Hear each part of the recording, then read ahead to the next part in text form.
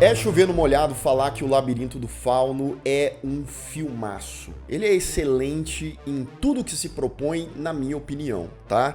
Mas nesse vídeo a gente não vai só falar que ele é lindo, maravilhoso e tal. Não, eu quero trazer a minha perspectiva vendo o filme recentemente. Eu revi o filme ontem para fazer esse vídeo aqui. E eu tenho uma ideia mais clara nessa última minha visita a esse universo maravilhoso, do porquê que esse filme é tão marcante e considerado uma obra-prima para tanta gente, tá? E vamos revisitar essa maravilha hoje.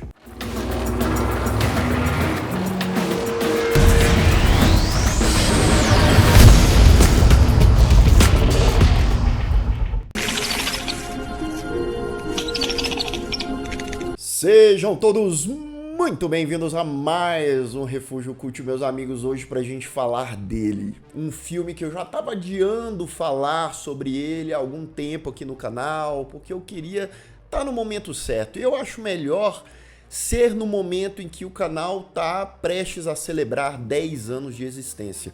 Hoje a gente vai falar de O Labirinto do Fauno, coprodução, melhor dizendo, entre México, Espanha e Estados Unidos. Pra mim, disparado, mas assim, disparado, o melhor filme de Guillermo del Toro. Guillermo del Toro fez outras coisas que eu gosto, tá? Mas eu acho que O Labirinto do Fauno é onde o cara atingiu o magnus opus dele ali. É a sua obra máxima. E eu digo tanto em aspectos narrativos, o roteiro, né, que também é do Del Toro, mas também de direção, de construção de universo, né, o design de produção, a maquiagem. A gente vai falar sobre tudo isso e um pouquinho mais. E esse vídeo, como a gente vai falar de um filme muito popular, que a grande maioria de vocês já deve ter assistido esse filme, pelo amor de Deus, se você não viu, pausa esse vídeo, vai lá, assista, procure o filme, depois você volta aqui porque eu vou precisar falar com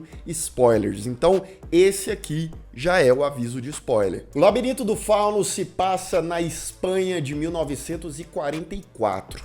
Época, período, cenário de guerra. Acabou de ter uma guerra, tá ali nos finalmente, na conclusão de uma guerra civil intensa lá na Espanha. O fascismo, a sombra do fascismo ainda aterroriza a Espanha. Existem grupos de resistência, grupos tidos como os rebeldes da época, escondidos em florestas combatendo o exército fascista. E é nessa que a gente conhece a menina Ofélia, a nossa protagonista, né, que ela tá indo com a mãe que está grávida, elas passaram por uma viagem ali de dias, entrando floresta adentro até uma base do exército fascista, porque o Capitão Vidal, que é o marido da mãe da Ofélia e o padrasto da Ofélia, ele é o cara que está comandando aquela operação fascista naquela região, naquela floresta, né? Um personagem, diga-se de passagem, que é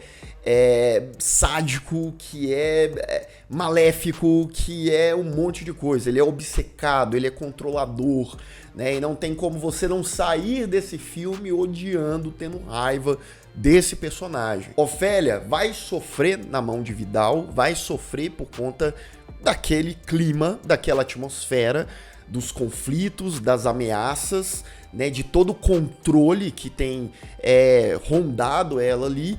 E a Ofélia é uma menina que ela gosta muito de ler fábulas, ler contos de fada, né? E aqui a gente vê o poder da arte, o poder da fantasia. É o Guillermo del Toro pegando na nossa mão e falando assim: olha só como a fantasia, com os contos de fadas, eles podem ser poderosos, eles podem ser imponentes mesmo em cenários insalubres, em cenários ali de terror mesmo, né? Eu até digo tranquilamente, tá? O Labirinto do Fauno também é um filme de terror. Ele tem elementos de terror ali clássicos, muito ali vindo do background do Guillermo del Toro, das suas obras anteriores a essa aqui, né? O filme é fantasia, é drama, etc., mas ele também é terror. E quando você vai assistir esse filme pela primeira vez, principalmente quando você ali é criança, adolescente, jovem, Vai dizer que não tem uns momentos ali para dar uma geladinha na espinha?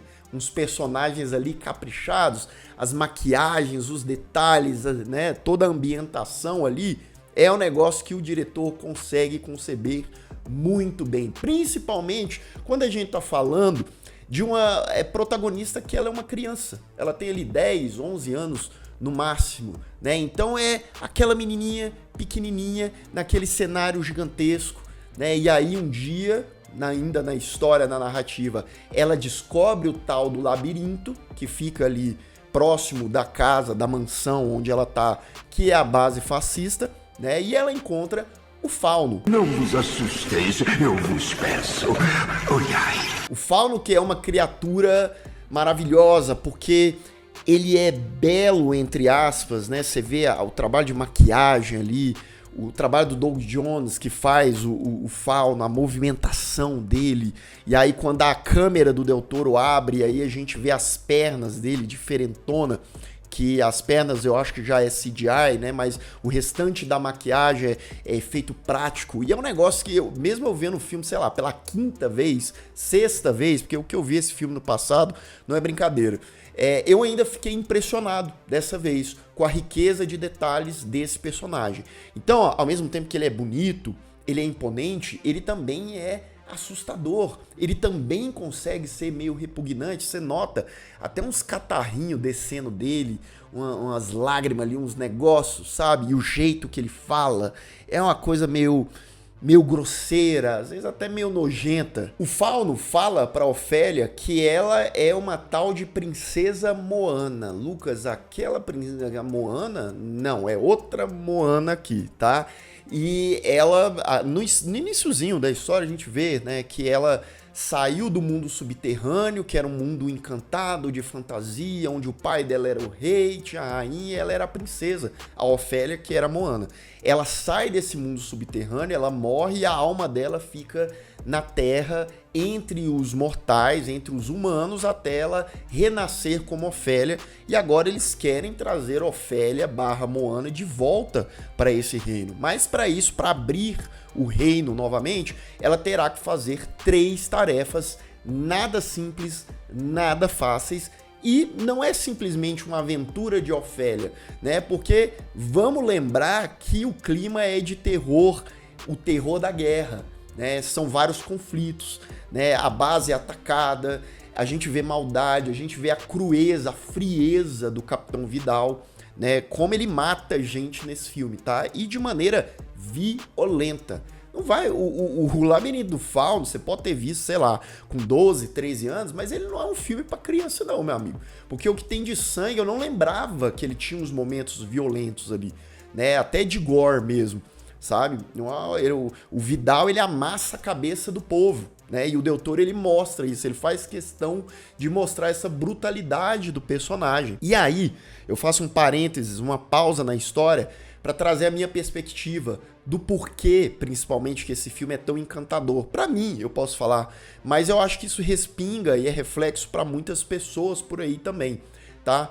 Porque o Labirinto do Fauno, ele é sim uma fábula, né? Um conto de fadas muito bem estruturado, com personagens encantadores e assustadores. Ele não é, como eu disse, só uma história bonitinha, ele consegue ser aterrorizante também.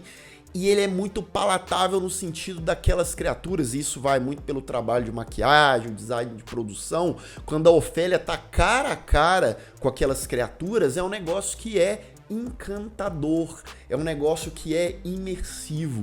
Você compra muito bem, né, essa coisa da aventura, da jornada da personagem, né? Então, ao mesmo tempo que a fantasia ela é muito elevada por ter esse cuidado, esse carinho que o diretor, que o autor da obra tem por essa história, mas também você tem um lado totalmente sombrio, melancólico, cruel, que são as mortes na guerra, que é o sofrimento da Ofélia, da mãe dela que tá grávida e tá passando muito mal. Não era pra mãe dela ter feito aquela viagem de dias até a base, mas o Vidal, o capitão, o pai da criança, fez questão, independente se a mulher ia sofrer. A gente vê que ele quer o filho dele, independente se a mulher vai morrer ou não, ele quer o filho dele.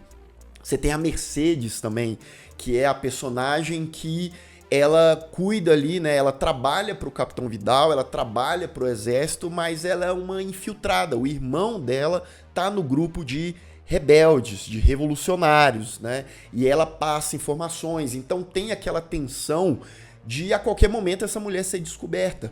Tem o médico também que cuida da mãe da Ofélia, que também ajuda o pessoal do lado de lá, ajuda os rebeldes, né? O pessoal que tá na floresta. Então nós iremos ao encontro de Vidal. E aí? E a maneira como o Del Toro, mais uma vez, equilibra essas temáticas, a delicadeza, a sutileza e a inocência de um conto de fadas, a inocência da protagonista, ele também traz de maneira crua e ali impactante, eu diria, esses momentos de guerra, esses momentos de dor, né? E ele mistura isso de uma maneira com maestria, cara. Eu vou te falar que, em termos de conto de fada ou de fantasia, é uma fantasia real, uma fantasia realista, chame de como quiser. Eu acho que pouquíssimos filmes unindo essas duas vertentes conseguem trabalhar de forma tão bem realizada, né, um filme. E o produto final, o resultado final, melhor dizendo, é uma obra-prima, sabe? É um filme encantador, cara. É um filme que, pra mim, eu posso dizer da minha posição que não importa quantas vezes eu vi esse filme. Eu quero revê-lo, não daqui 2 meses, daqui 6 meses, mas daqui 2, 3 anos, revê-lo novamente, eu garanto que vai ser, mais uma vez, uma experiência emocionante e maravilhosa. Para contemplar tudo isso que eu falei, eu acho que é um filme que ele traduz muito bem esse escape, esse refúgio do que é a fantasia na vida da Ofélia. Aquilo dá um motivo para ela viver, aquilo dá esperança, aquilo é o escape dela do terror da vida real. E aqui eu não vou ficar discutindo, tipo assim, aconteceu de verdade aquela fantasia ou não. Tudo estava na cabeça dela, independente. Você tem, durante o filme, inclusive, eu acho que o Del Toro, ele deixa isso meio dúbio mesmo.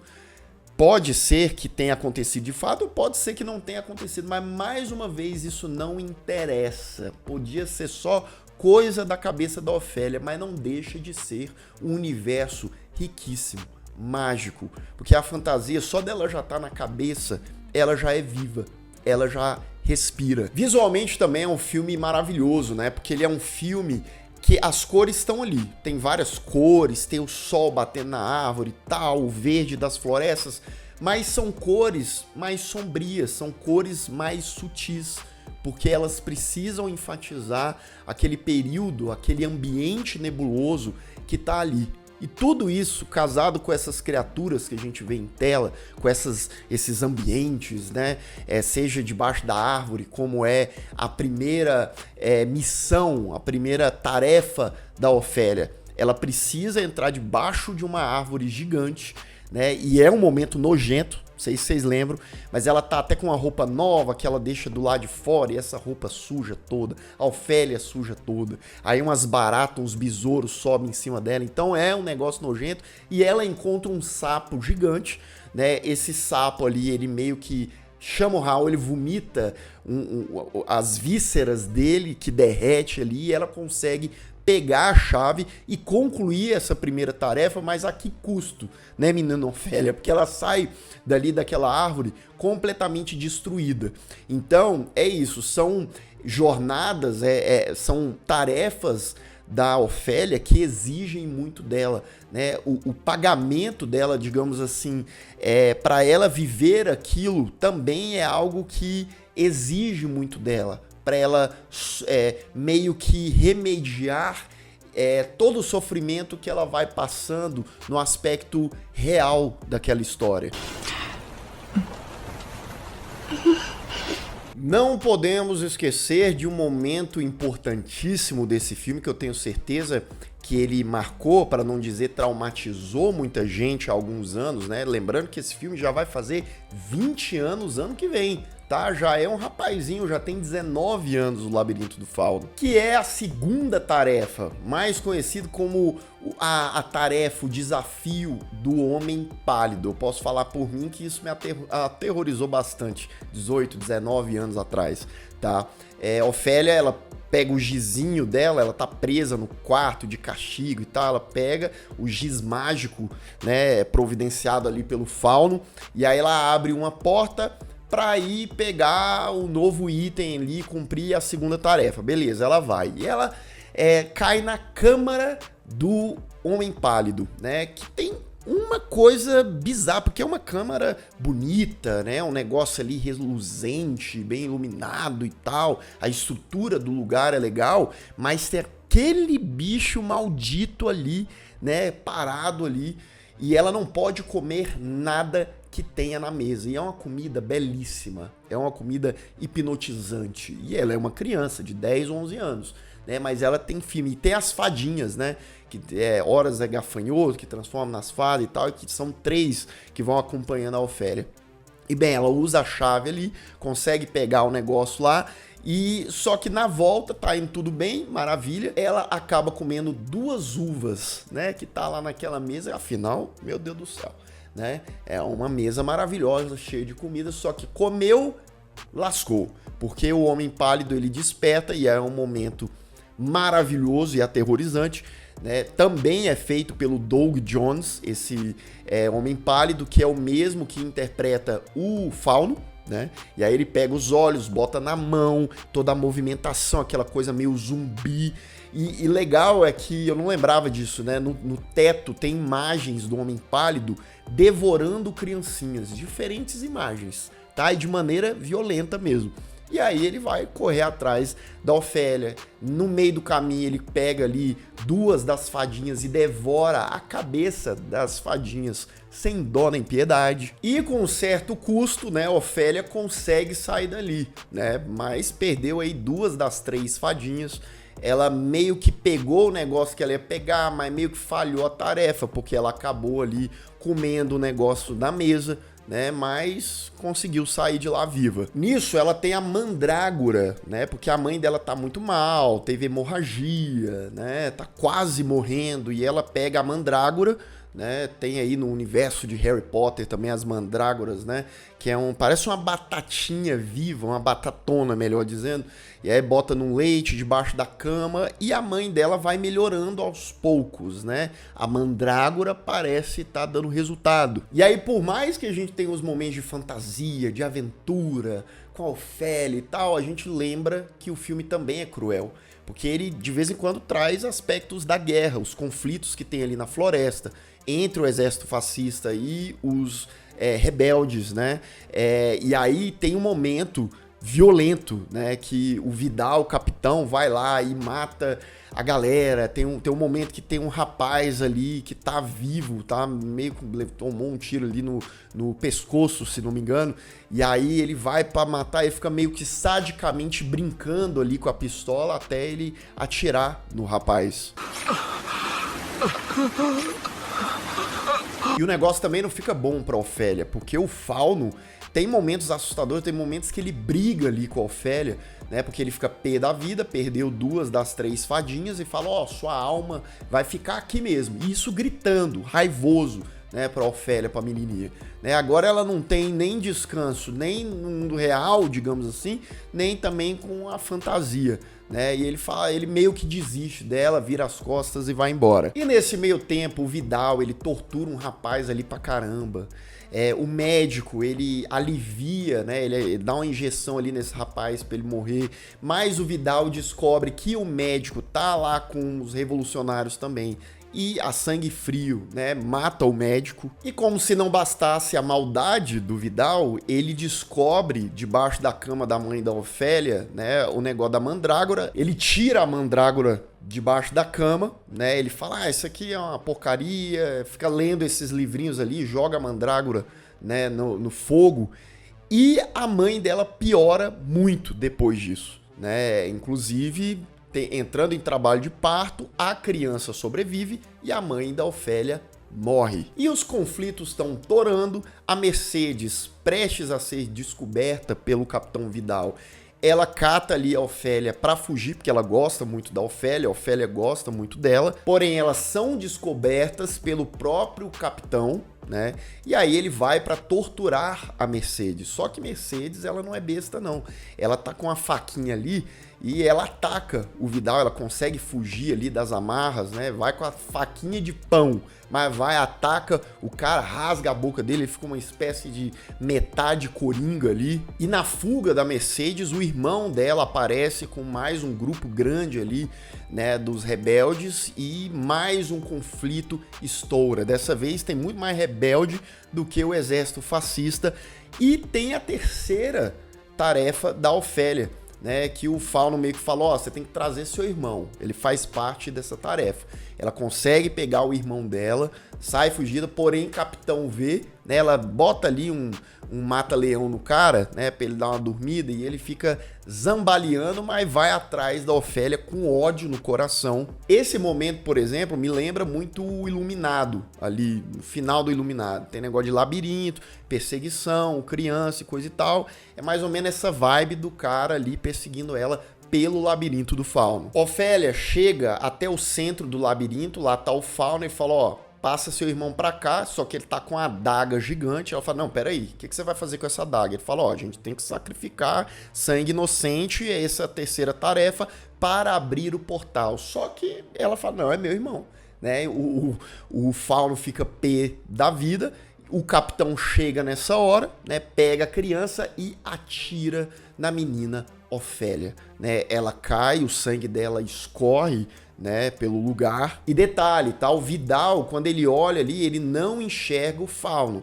E aí aquela coisa, será tudo cabeça da Ofélia? Calma, calma, que não necessariamente, tá? Vidal, com seu filho, sai do labirinto, mas quando ele sai, meu amigo, todos os soldados ali, né, os rebeldes esperando ele, né, ele entrega a criança pra Mercedes, ó, diga a hora que eu morri pro meu filho. Ela fala, ó, ele não vai saber nem seu nome, ele não vai saber nem que você existiu. Dão um tiro, matam o Vidal, inclusive dá um tiro bem na bochecha do cara, fim do maledito. E os últimos momentos do filme são bem tristes, né, porque a Mercedes chega ali até o centro do labirinto, vê que, né, Ofélia tá morrendo, e a gente vê, né, que abriu a passagem para Ofélia. A Ofélia foi para o reino ver o seu pai, o rei seria o seu pai verdadeiro, a mãe dela, né, com o bebezinho que seria o seu irmão. O Fauno sai ali, né, e fala, ó, você cumpriu as 3 tarefas, né, foi um teste para ver se você entregar seu irmão e tal, e o seu sangue veio na frente dele, né? Então você é digna de ser a princesa. Escolhesteis muito bem, Alteza. Lá em cima, né, Mercedes chora e cantarola a cantiga ali do Fauno, né? A cantiga de ninar para Ofélia, enquanto ela morre no nosso mundo, no mundo humano, mas ela vive em paz, feliz ali no reino, sendo a princesa que ela buscava ser. E as últimas palavras desse filme são importantes, mostrando ali que a princesa Moana, a Ofélia, né, se foi, mas traços, vestígios dela ficaram por aquele mundo dos humanos, né? Porém, eram traços que eram visíveis só para aqueles que soubessem, que pudessem olhar, enxergar. Então não era qualquer um, não era uma pessoa ruim de coração como Vidal que ia enxergar esses traços, a fantasia, o fauno, né? Então isso vem muito da percepção, né? Ah, é real, é irreal? Meu amigo, era o coração, era a alma da Ofélia, era aquilo que ela acreditava e aquilo que ela vivenciou no final, acreditando que ela estaria em um reino, né? E vivendo nesse reino, quem sabe, no pós-vida, ou seria só os últimos segundinhos da vida dela, os seus últimos respiros que ela se imaginou ali e finalmente teve paz, uma paz que ela já não conhecia há muito tempo. Isso aqui que eu tô falando não são respostas, são hipóteses do que a gente assistiu e, como eu disse, de verdade, não importa. O que importa é que Labirinto do Fauno é maravilhoso, é mágico, consegue ser mágico e consegue ser brutal e sombrio também. Palmas pro Guilherme Del Toro por ter feito essa história maravilhosa. Se o Guilherme Del Toro tivesse dirigido esse único filme, ele tem outros filmes muito bons também, nem todos eu gosto, mas esse aqui já tava bom, o cara já cumpriu a missão dele na Terra. Palmas ao Doug Jones pelo trabalho sensacional como Fauno, como Homem Pálido. A Ivana Baquero, que é a atriz, né, que faz a Ofélia, que tá muito bem também. Você sente a melancolia da menina, a doçura, a inocência, o desespero dela, dependendo do momento. O elenco todo é maravilhoso, tá? Mas eu tenho que mencionar também o Sérgio Lopes, que faz o Capitão Vidal, que o cara tá monstruoso e não é um tipo de personagem super maléfico e overacting, um cara que ele precisa gritar o tempo todo, não, muitas vezes ele é discreto, ele é minimalista, ele fala até baixo, ele é um cara ali às vezes gentil, às vezes não, às vezes pelo contrário, né? Então ele é um cara meio imprevisível, meio dúbio, mas o resultado final das ações dele são sempre coisas viscerais ali, cruéis. Meus amigos, não tem como eu não dar nota 10 para esse filme maravilhoso. É um 10 para Labirinto do Fauno, né? Eu até fiz um vídeo falando de filmes que eu dou nota 10, esse aqui, sem pensar.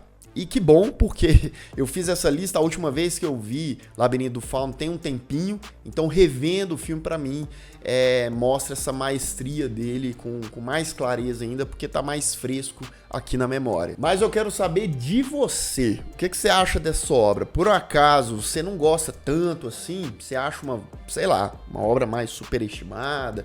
Ou não te pegou tanto? Mas aí eu te pergunto, você já reviu? Às vezes você já viu há muito tempo, há anos. Reveja, é um filme que vale a pena, tá? Eu já considero um jovem clássico. Ou você também ama, você é do meu time que acha esse filme maravilhoso, deixa aqui nos comentários. E se você ainda não é inscrito aqui no canal, se inscreva aqui embaixo, clique no sininho para receber todas as notificações e deixe o seu like, que ajuda muito o Refúgio Cult, e se torne membro do canal, claro, tô te convidando, se você puder, quiser, dá uma ida aqui no link, dá uma olhada ali nos benefícios, tem live exclusiva, tem vídeo adiantado, tem acesso à comunidade ali, para os posts VIPs só para os membros também, então dá uma olhada no link. E eu vou ficando por aqui, caso você tenha perdido os últimos vídeos do canal, é daquele jeito, ó, tô aqui do meu lado, é só clicar e assistir, caso o YouTube não tenha te mandado, um grande abraço e até mais.